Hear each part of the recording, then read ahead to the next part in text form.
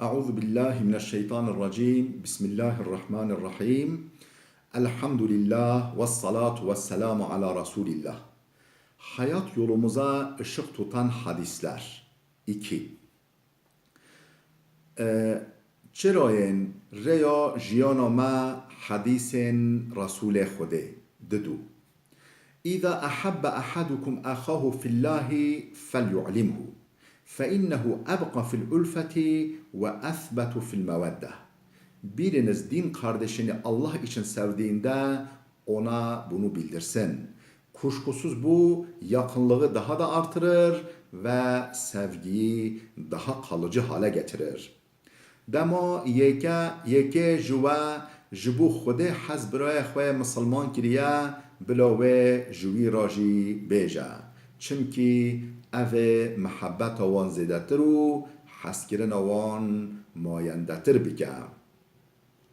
إذا أراد الله بأهل بيت خيرا أدخل عليهم الرفق. Allah bir aile bireylerinin hayrını dilediğinde aralarına yumuşaklık ve hoşgörü verir.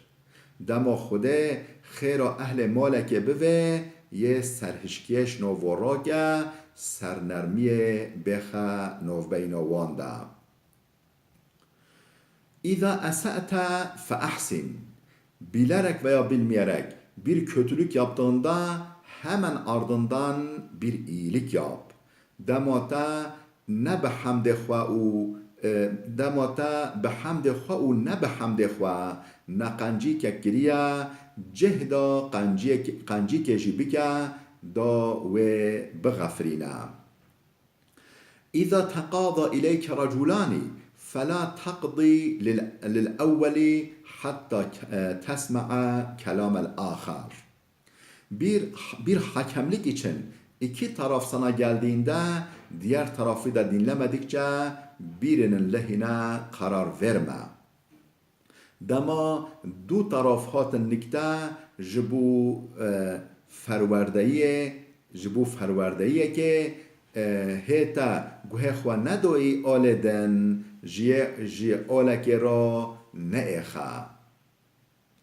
إذا تمنى أحدكم فليكثر فإنما يسأل ربه.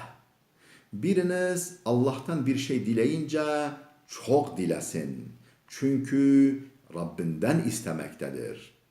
Dema yeke jwa tiştek ji Xudaya xwa vaya بلا گلک بوه چمکی جرب خود دخوازه. إذا حاك في نفسك شيء فدعه.